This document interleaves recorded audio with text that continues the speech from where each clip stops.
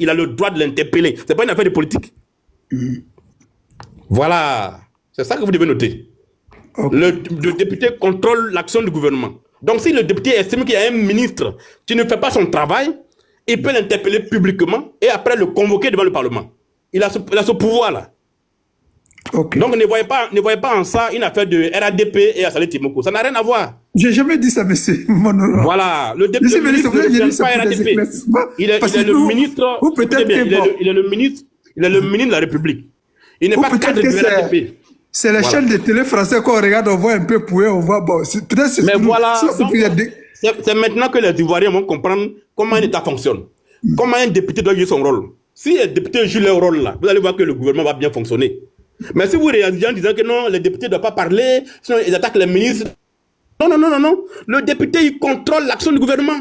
Donc si le député estime qu'un ministre ne fait pas son travail, c'est vraiment son rôle en tant que député de l'interpeller directement, sans que cela soit mis sous le coup d'une affaire personnelle entre le député parce qu'il est opposant et le ministre parce qu'il est au pouvoir. Non, ça n'a rien à voir. Hein.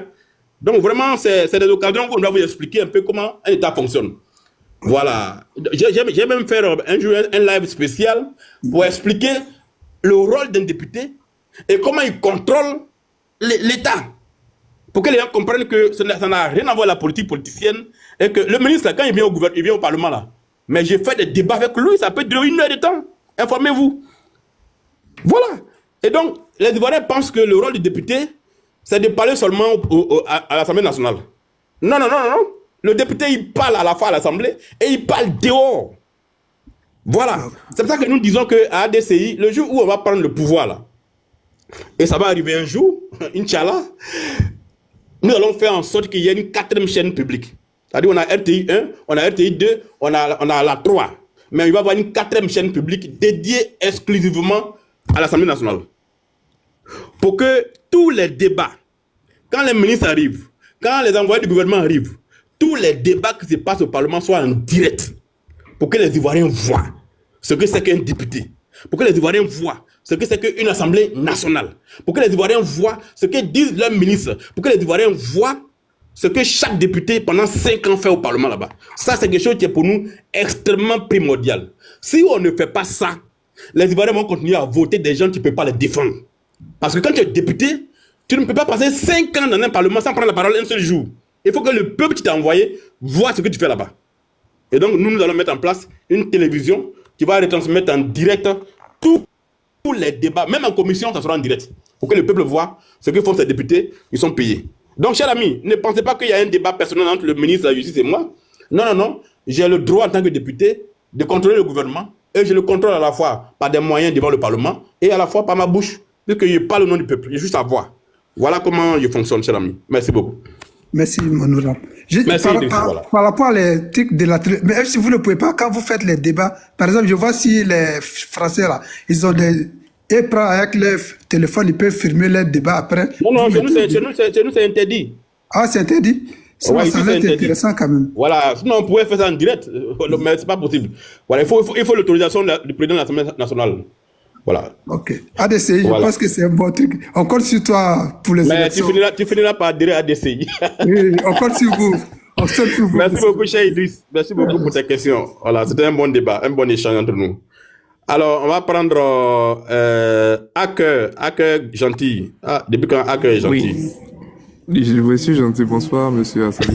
Bonsoir. Vous m'entendez bien. Alors, Oui, je vais faire un constat et puis je vais poser une question très directe. Oui. Moi, personnellement, d'abord, je vous apprécie beaucoup et je ne suis pas d'un parti politique. Je ne vais jamais appartenir à un parti politique en Côte d'Ivoire. Mais j'ai une liste de candidats. Et moi, c'est comme ça que je vais voter. Avoir une liste de candidats et vous êtes sur cette liste-là. Parce que, pour moi, le meilleur président dont la Côte d'Ivoire rêve, c'est quelqu'un qui peut prendre des risques quand les intérêts des Ivoiriens sont menacés. Et moi, je vois ça en vous. Voilà. C'est ça. Alors, depuis des années, on a constaté dans la politique ivoirienne que un leader peut avoir des convictions, mais l'équipe qui l'entoure, peut-être des sorties, par exemple, de certaines personnes qui l'entourent peuvent être contraires à l'idéologie ou aux convictions du leader. C'est arrivé plusieurs fois.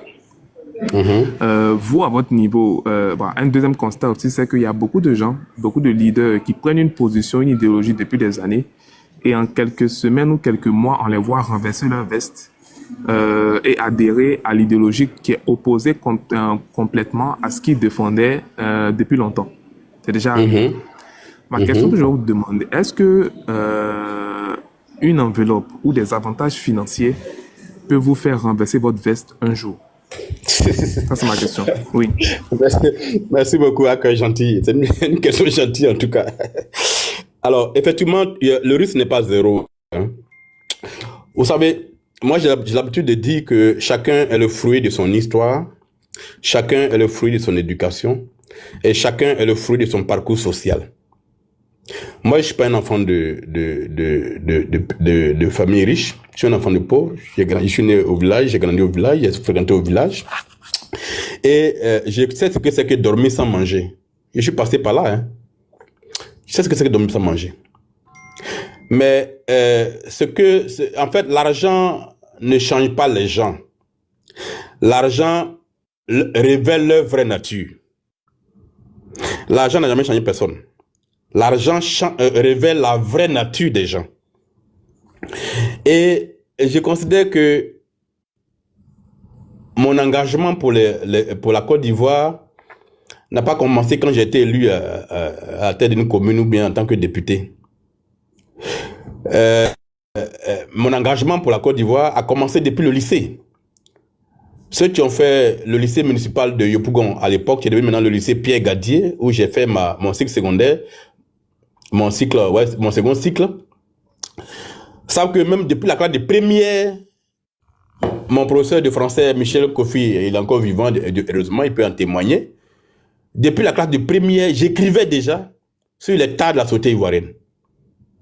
Et c'était publié par Fraternité Matin. Mon premier article a été publié dans Fraternité Matin et j'étais en classe de première. Donc ce que je fais aujourd'hui là, c'est ma nature profonde. Je ne supporte pas ce qui n'est pas juste.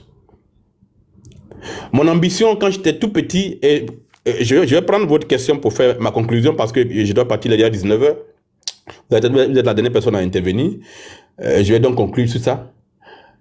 Depuis tout petit, j'ai voulu être magistrat. C'était mon rêve le plus grand. Et c'est pour ça que j'ai fait des études de droit. J'ai fait une série littéraire, philosophique. Et puis après, je suis allé faire du droit. Et ce rêve-là, qui était de redresser les torts, c'était d'utiliser la loi pour que l'injustice recule, n'a pas été concrétisé parce que après, en sortant de l'université avec mon diplôme, par d'autres circonstances, je me suis retrouvé en prison. De sorte que après, ce rêve-là n'a pu être réalisé. Mais aujourd'hui, par la force des choses, ce que je fais est plus même que le travail des magistrats.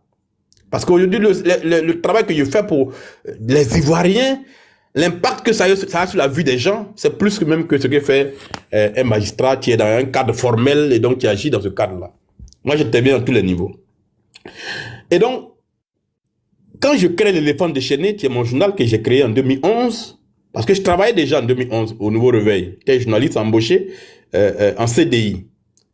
Mais j'ai démissionné de mon poste, alors que j'étais encore très jeune, j'ai démissionné pour aller créer mon propre journal.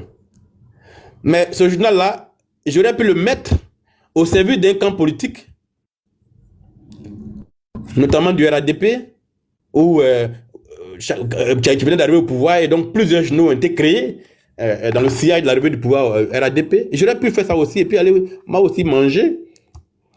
Mais j'ai créé un journal indépendant qui n'a été financé par aucune autorité de ce pays.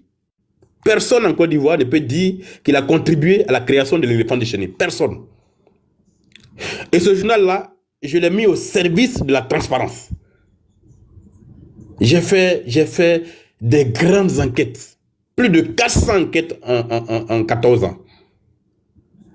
Et au cours de ces enquêtes-là, j'ai été confronté parfois à la corruption. Ou pour des dossiers, j'aurais pu avoir des centaines de millions pour me taire. Personne ne pouvait savoir que j'avais pris cet argent. Mais j'ai jamais voulu ça. Parfois même en plein bout. On m'appelle pour me dire, quelqu'un vient vers toi avec 40 millions, il faut retirer la une. Je n'ai jamais accepté ça. Pourtant, quand il finit le journal, il m'a la maison en pied. Et j'habitais pas loin du siège de mon journal, de l'autre côté, la 7e tranche, et je partais à la maison en pied. Mais pourtant, je venais de refuser 40 millions. Donc, l'argent, si je voulais l'avoir de façon malhonnête, en piétinant les valeurs de mon pays, en participant à la commission des infractions de détournement de fonds publics, je serais aujourd'hui milliardaire. J'ai fait des grands dossiers qui engageaient des centaines de milliards. Quand il y a une vidéo qui circule sur les réseaux sociaux où il explique l'histoire du milliard qu'on nous a proposé pour un dossier de 200 milliards, les gens rigolent, mais c'est vrai. Je l'ai fait devant des témoins.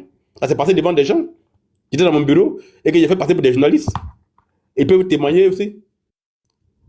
On n'a pas pris cet argent-là. Vous voyez l'histoire du guichet unique automobile. Quand j'ai révélé les véhicules non dédouanés en Côte d'Ivoire, est-ce que vous savez que pour cette enquête-là, j'ai dû aller me cacher au Congo-Brazzaville? Parce que quand on a publié la première partie de l'enquête, c'était dangereux. J'ai dû partir faire quelques jours, quelques semaines au Congo-Brazzaville. Et c'est dans un hôtel à Brazza que j'ai publié la deuxième partie de l'enquête. C'est des faits. Mon passeport est là, ça peut être le témoin de ce voyage-là. Mais ici au pays, ceux qui étaient impliqués dans ce dossier-là, mais vous ne pouvez pas imaginer les propositions qu'ils nous ont faites. Il y avait des ministres du gouvernement qui sont là actuellement, qui étaient concernés par ce dossier-là. Mais j'aurais pu prendre beaucoup d'argent. Il y avait plus de 300 milliards en jeu. J'aurais pu prendre ça. Personne n'aurait jamais rien su de ça. Mais je n'ai rien pris. Mon journal, l'éléphant déchaîné, ne recevait même pas de publicité de la part du gouvernement. Tous les journaux de Côte d'Ivoire recevaient la publicité, sauf l'éléphant déchaîné. On ne nous en donnait pas. Quand mes commerciaux partaient dans les services publics, on dit non, vous critiquez le gouvernement, non, qu'on ne vous donne pas de publicité. Nous, on ne recevait pas la publicité. Mon journal ne vivait que de ses ventes. Heureusement, ça marchait très bien. Mais après, à un moment donné, on avait du mal à faire le journal parce que le papier coûte cher. Les Ivoiriens préfèrent lire plutôt les palabres dans les journaux. C'est-à-dire que quand les gens s'insultent, quand les gens disent des choses graves, c'est là que les Ivoiriens achètent. Mais lire des enquêtes pour renforcer leurs convictions, les Ivoiriens n'étaient pas trop friands de ça. À un moment donné, on avait du mal à faire le journal. Jusqu'en 2022, on avait du mal parce que c'était financièrement coûteux. Et donc, j'ai dû stopper pour réformer le journal. Il a pris pratiquement 1 an et demi pour reconstituer la façon de faire le journalisme et revenir avec mon journal. Le journal est revenu aujourd'hui. Et aujourd'hui, il est devenu encore plus puissant. Parce qu'on a vraiment les moyens de faire des enquêtes. Et on n'est plus dans le papier, on est dans le digital 100%. Dans quelques jours, le site sera en ligne. C'est pratiquement le même site que Mediapart. On a créé une application où les gens pourront voir le journal totalement digitalisé sur leur portable et le lire comme un papier. Ça, on a investi dedans. J'ai pris près de 2 ans pour pouvoir faire ça. Donc, l'argent là, si je voulais l'avoir, j'aurais eu beaucoup. Ensuite, j'ai été élu député. Après, j'ai d'abord été élu maire. Mais quand on a été élu maire, là, on était pratiquement 27 maires indépendants. Vous vous souvenez bien de la vague de ralliement qu'il y a eu en 2018, en 2018-2019, quand les maires partaient tous au RADP. Vous pensez que moi, je n'ai pas été approché aussi? Tous les élus ont été approchés. Hein. Il y a des gens qui m'ont approché aussi. Si vous allez sur les réseaux sociaux, vous allez voir que j'ai fait un courrier au Premier ministre, Amadou Gon Coulibaly, dans lequel j'ai dit que si je devais aller au RADP avec ma victoire, je demandais qu'on construise une université dans ma commune, Tessalé, qu'on électrifie tous les villages de ma commune, qu'on bitume toutes les rues de ma commune, qu'on mette de l'eau potable dans tous les villages de ma commune, qu'on construise des écoles dans tous les villages de ma commune, des collèges de proximité, qu'on mette des centres de santé dans tous les villages de ma commune. Quand j'ai fait le point, ça faisait 27 milliards. Et donc, j'ai dit que si on me donne ça pour ma commune, moi, je laisse la mairie même totalement au RADP. Je ne serai même plus maire. Je laisse même la mairie pour qu'on fasse de nouvelles élections. C'est ce que j'ai demandé, j'ai pris comme condition. Donc, j'aurais pu aussi aller au RADP, puisque tout le monde est parti au RADP.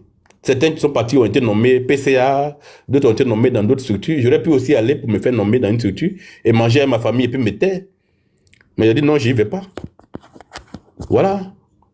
Quand j'étais le député aussi, on a eu les mêmes propositions. Je pouvais aller aussi au RADP. C'est le parti au pouvoir Tout le monde peut aller dans le parti au pouvoir pour espérer avoir une position plus solide et gagner de l'argent. Beaucoup sont partis. Hein. Ils ont eu des nominations, ils ont eu des postes, même de ministres. Voilà. Mais moi, j'ai dit, je ne veux pas. Je ne veux pas. Parce que pour moi, la reconnaissance d'un peuple est supérieure aux faveurs d'un roi. C'est ma conviction profonde. Je suis un enfant du village. Si demain je ne suis plus maire, je ne suis plus député, mon entreprise de presse est là, elle continue de fonctionner. Je vais vivre de mon travail de journaliste. Mais je ne me compromettrai jamais contre mes propres convictions. Donc, cher ami, à cœur, je ne rentrerai pas dans ces choses-là. Voilà. Je considère que le travail que je fais en tant que député, en tant que maire, a un vrai impact sur la vie des gens, crée de l'espoir, qu'un pouvoir n'est pas forcément parfait, mais qu'un pouvoir fait des choses qui sont bonnes, il faut reconnaître, fait des choses qui ne sont pas bonnes, qu'il faut avoir le courage de dénoncer, sans chercher à se compromettre parce qu'on cherche un poste politique. Si aujourd'hui je dis que je vais aller au RADP, dès demain dimanche, même lundi matin à 11h, le RADP va organiser une grande cérémonie à la rue Le Pic. Il serait accueilli comme un héros. Ça serait même fait en direct sur les réseaux sociaux. Alassane Témoko a un poids politique en Côte d'Ivoire. Il a une crédibilité, il a un peuple derrière lui. Donc je pèse politiquement. Et donc si tout ça, je dis qu'il m'a au RADP, forcément, il serait bien accueilli. Peut-être même que dans un prochain gouvernement, il y a notre gouvernement, qui sait. Mais je ne ferai pas ça. Je ne ferai jamais ça. J'ai les meilleurs, pour demander au RADP, j'ai les meilleurs rapports avec les ministres, membres du gouvernement. J'ai des rapports avec les plus grands dirigeants de ce pays. Mais j'ai un rapport de vérité vis-à-vis d'eux. Ce n'est pas une affaire de compromission. Quand j'ai besoin des services du ministre de la Justice, du ministre du ministre de la Jeunesse, je m'en vais le voir au cabinet. Je l'appelle et puis je m'en vais le voir. Et puis bon, il a un acte à poser. Je m'en vais poser cet acte pour mon village. Parce qu'il est ministre de la République, il n'est pas ministre du RADP. Quand j'ai besoin de parler au ministre Adjoumani, je l'appelle au téléphone, il me reçoit. Je lui dis, monsieur le ministre, il y a tel projet agricole, ma jeunesse a besoin de ça, mon village a besoin de ça, je vais lui parler de ça. C'est mon rôle de député, ça. Et le ministre, comment on appelle ça, Sidi Timoko. Quand j'ai besoin de faire une activité et que j'ai besoin d'avoir des choses au niveau halieutique, mais je l'appelle. Il me fait l'honneur de me recevoir au téléphone, et puis bon, il donne des instructions, puis on me reçoit. Voilà la politique. La politique, ce n'est pas une affaire de guerre où on doit être systématiquement opposé au pouvoir. Même quand ce qu'il fait est bon, on dit non, non, c'est pas bon. Non, moi, je ne fonctionne pas comme ça. Moi, je considère que la politique, c'est le cadre de l'honneur par excellence. Où il faut être digne. Et donc, n'ayez crainte. Si je voulais aller dans un parti politique, je serais déjà parti. En 2023, au municipal, là, la pression que j'ai subie, tous les torts qu'on m'a causés, tout ça, y compris même en allant jusqu'à annuler mon élection, j'aurais pu dire, bon, j'ai subi trop de pression, je suis trop traqué, donc je m'en vais au RADP pour avoir la paix. Certains sont partis pour avoir la paix. Mais moi, j'ai dit, je vais résister. Les chefs sont venus me voir pour dire, non, monsieur le maire, ça devient dangereux, il faut accepter, il faut aller avec eux, ils vont te laisser en paix. J'ai dit, pas question. Je n'irai pas avec eux. S'ils doivent perdre les élections, je vais la perdre, mais je ne compromettrai jamais mes convictions. Et je suis allé à cette élection, je l'ai gagné encore. Donc, frère, j'ai profité de votre question pour conclure, pour vous dire que il faut qu'on change le pays. Moi, je suis sûr que le président Ouattara qui est au pouvoir, là, il y a des moments où il a des regrets. Parce qu'il sait qu'il a des collaborateurs qui ne sont pas honnêtes. Mais c'est un système. Il est arrivé au pouvoir avec eux, il est obligé de continuer avec eux. Et il sait aussi que des individus comme moi sont utiles pour le pays. En 2016, lorsqu'on m'a attaqué physiquement et qu'on a cambriolé mon siège, c'est le gouvernement de Côte d'Ivoire qui a placé mon journal sous surveillance policière. À la demande du chef de l'État, le ministre de l'Intérieur a donné des instructions. On a placé mon entreprise sous surveillance policière pendant pratiquement 3 ans. Des policiers, près de 6 policiers étaient chaque jour au journal L'éléphant déchaîné, à Cocody, 7e tranche, Engrais. C'est le gouvernement qui a placé mon journal sous surveillance policière. Ça veut dire que ce que je faisais comme travail en tant que journaliste était utile à la République. Puisque l'État a placé mon journal sous protection policière pour ne pas qu'on m'agresse. On m'a même donné 2 gardes du corps. Est-ce que les gens savent ça? Un État ne fonctionne pas comme un clan, comme une boutique de montagnais. Il y a des règles. Et donc, le gouvernement peut faire des choses qui sont positives. Moi, avec tout le courage, je le dirai. Et je l'ai toujours dit. D'ailleurs, même très souvent, vous avez vu qu'on m'a attaqué, on m'a traité d'être RADP. Très souvent, c'est arrivé sur les réseaux sociaux. Parce que j'ai pris des positions que les gens n'ont pas comprises. Mais pour moi, il faut être honnête en politique. Mais quand c'est pas bien fait aussi, je dis clairement. Et à ce moment-là aussi, les gens du RADP m'attaquent pour dire que je suis pro-Gbagbo ou bien je suis pro-opposition. C'est de bonne guerre. Mais j'ai ma conscience pour moi. J'ai ma conscience pour moi et je sais que je n'ai jamais trahi le peuple de Côte d'Ivoire depuis que j'ai été élu et que je ne me suis jamais compromis dans ma fonction de député ou de maire. Jamais. Et donc, moi, je suis avec des jeunes de Côte d'Ivoire qui sont dans mon mouvement. Aujourd'hui, on est près de 10 000 membres de l'ADCI en 6 mois, en 5 mois d'existence légale. On a plus de 10 000 adhérents. Et ces jeunes-là, moi, j'ai parcouru le pays pour les former. Moi, je les forme. Je les forme en leadership, je les forme en prise de parole en public, je les forme à ne pas dire n'importe quoi quand ils ont la parole pour parler de politique. Je les forme à aimer leur pays, à dire des choses qui sont documentées. Personne dans un DCI ne prend la parole comme ça au hasard. Ce qu'il va dire là, on s'assure que c'est documenté. Parce qu'on veut envoyer un nouveau message aux Ivoiriens. Dans ce pays, on a dit tout et n'importe quoi pour diviser les Ivoiriens. On a affirmé n'importe quoi, y compris les choses les plus ignominieuses qui ont créé un environnement de haine entre les Ivoiriens. Nous, on ne veut pas faire ça. C'est qu'on est tout à l'heure, quelqu'un m'a posé une question sur un sujet, vous avez vu comment il a répondu, il a dit, je ne peux pas l'affirmer parce que je n'ai pas la preuve, mais je vais vérifier. C'est comme ça qu'on doit parler. La politique ne permet pas tout. Et donc, moi, je ne trahirai pas. J'ai créé mon mouvement, et ce mouvement-là, je sais qu'il a de l'avenir et que demain, il va gouverner la Côte d'Ivoire. Parce que les grands partis politiques, là, ils n'ont pas construit de relève. Et le dire n'est pas les mépriser. Ils n'ont rien construit, en fait. Si aujourd'hui, les gens du RADP sont si accrochés au président Ouattara, c'est parce qu'ils n'ont aucun leadership. Et qu'ils sont obligés de tenir le président dans cette situation-là, parce qu'ils ont besoin de lui pour pouvoir continuer à profiter du pays. Sinon, le président, dans son fort intérieur, depuis longtemps, il est parti de la tête du pays. Mais quand il ne sera pas là demain, là, ceux qui sont accrochés à lui, là, ils ont créé quel environnement de leadership national pour qu'ils aient une envergure nationale demain qui puisse permettre au RADP de tenir. Donc ces partis-là vont traverser un moment de désert, hein, quand les leaders ne seront pas là. Le parti PPSI, le président Gbagbo est là, et donc ces leaders qui sont autour de lui, ils ont une visibilité. Mais le jour où le président Gbagbo ne sera pas là, ça va être compliqué. Donc il faut construire l'avenir de demain. Il faut construire l'avenir. Il faut former les gens. Il faut former les élites. Il faut les mettre le pied à l'étrier. Il faut qu'ils sachent comment prendre la parole en public. Il faut qu'ils sachent comment on gouverne une collectivité. Comment on devient député. Comment on gouverne une région. Quand on est ministre, là, il faut qu'ils sachent à quoi ça sert. Et il faut éduquer le peuple. Et c'est cela que moi je veux faire. Et c'est ça que j'aime. L'argent, là, c'est Dieu qui donne l'argent. Tu vas emmagasiner des milliards, mais tu as quelle crédibilité devant le peuple? Aujourd'hui, Assalé Témoko est plus crédible que certains qui se pavanent dans le pays et qui se disent autorité. Moi, il n'y a plus de crédibilité que ce que je dis a plus de valeur que ceux qui disent qu'ils sont milliardaires disent, ceux qui sont politiciens milliardaires. Il dit toujours, la reconnaissance d'un peuple vaut mieux que les faveurs d'un roi.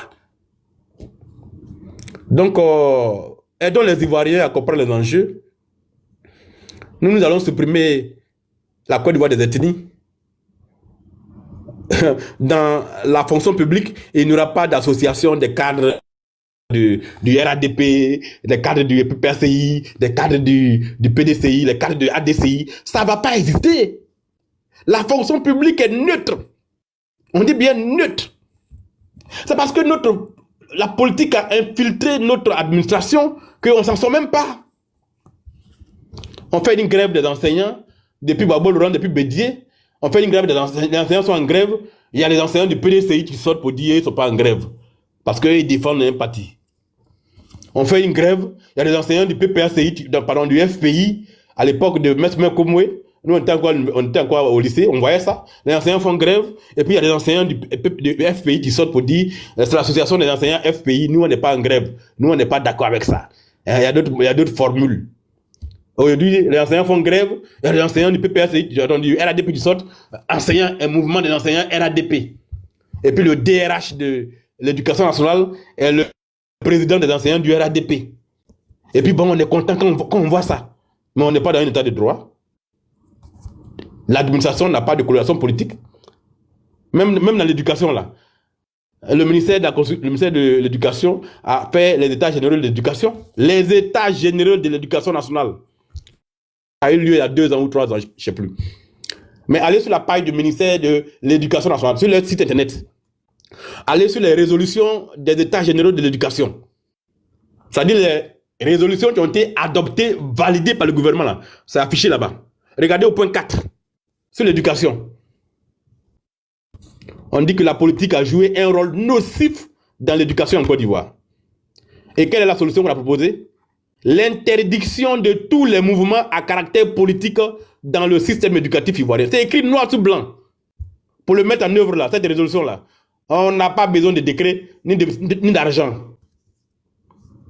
Mais le texte est affiché sur le site du ministère, mais Madame le ministre fait des réunions avec les enseignants du RADP. En cette qualité. Vous trouvez que ça c'est normal? Vous trouvez ça c'est normal? Mais c'est des choses qu'on va combattre avec la plus grande énergie demain. Ça ne va même plus exister. L'administration ne peut pas être à la coloration d'un parti politique. Et quand c'est comme ça, les concours eux-mêmes sont viciés. Parce que les concours sont à la coloration d'un parti politique. Ça a été sous Bédié, ça a été sous Gbagbo, ça a été au-dessus sur le président Ouattara. Sur le président Bédié, sur le président Gbagbo, sur le président Ouattara. Les concours sont à la coloration. La preuve, les fonctionnaires sont catégorisés par clan politique. Donc voilà un peu ce qu'il faut dire pour la Côte d'Ivoire de demain. Nos dirigeants qui nous ont gouvernés jusqu'aujourd'hui, chacun d'eux a fait ce qu'il pouvait faire. Chacun a eu ses moments de lumière, chacun a eu ses moments d'ombre. Chacun a réussi des choses, chacun a moins bien réussi d'autres choses. C'est comme ça. Il faut capitaliser les réussites et faire en sorte que les échecs ne se répètent plus. C'est comme ça qu'un peuple avance. Mais si on ne capitalise ni les réussites et qu'on ne combat pas les échecs, on va répéter chaque fois les mêmes bêtises. Quand moi j'entends des gens dire ce problème-là, ça a commencé, c'est pas aujourd'hui ça a commencé. Mais c'est pas que ça a hésité hier qu'on a dit il faut qu'on change. Donc on ne peut pas venir dire que non, c'est pas commencé sur nous, mais c'est pour ça qu'on nous a mis là. Faut pas pour que ça ne continue plus. On ne peut pas dire non, ça a hésité depuis longtemps. Donc vous êtes là pourquoi? Voilà, quand le ministre de la Constitution dit qu'il a hérité d'un passé compliqué au niveau du foncier, mais le RDR gère le ministère de la Constitution depuis 20 ans. Depuis 2005, c'est le RDR devenu RADP maintenant qui gère le ministère de la Constitution. Donc de quel passé on parle? Il y a 20 ans, c'est pas le Babo Léon qui gérait la Côte d'Ivoire. Voilà. Ce ministère est entre les mains du RADP depuis 20 ans. Donc on ne peut pas venir dire aujourd'hui que non, on a hérité d'un passé. De quel passé vous avez hérité? Le passé de Bédié et de Oufo-Bailly. Donc voilà, chers amis, moi, comment je comprends ces choses-là. Alors donc, rendez-vous le 26 à Yopougon. Venez pour qu'on parle de la Côte d'Ivoire. Vous êtes RADP, vous avez le droit de venir participer au message, à la réunion, c'est pas un meeting, à la rencontre citoyenne de Yopougon. Vous êtes PPACI, vous avez le droit de venir participer à la rencontre citoyenne de Yopougon. On va venir parler des choses qui intéressent les Ivoiriens. On ne viendra pas insulter le président Ouattara, ni Gbagbo, ni Bédié, ni personne. Vous êtes PPACI, vous êtes PDCI, vous avez le droit de venir à ce rassemblement parce que vous êtes un citoyen. Donc nous, on vous invite à venir participer à ces rassemblements-là. C'est vraiment important. Vous allez apprendre des choses pour renforcer votre conscience citoyenne. Donc le 26, c'est à partir de 8h à la place CP1 à Yopougon. Alors je vais vous redonner le numéro de téléphone pour ceux qui veulent appeler, pour se faire enregistrer. Faites-vous enregistrer pour ceux qui veulent venir. Et puis bon, sur place, on va produire les 4 ADCI pour ceux qui veulent adhérer. Vous viendrez, vous payerez vos 2000 francs. Parce que vous savez que nos cotisations que nous faisons nos activités, on n'est pas financé par l'État, on n'a pas de représentant au gouvernement, au Parlement. Donc on n'est pas financé par l'État. Ce sont nos cotisations que nous payons pour pouvoir faire nos activité. Là, par exemple, pour cet événement-là, on a lancé une cotisation, on est déjà à 2 millions. Les Ivoiriens cotisent 500 francs, 1000 francs, 2000 francs. Il faut aussi que ça aussi, on met ça dans la tête des Ivoiriens. Il faut que les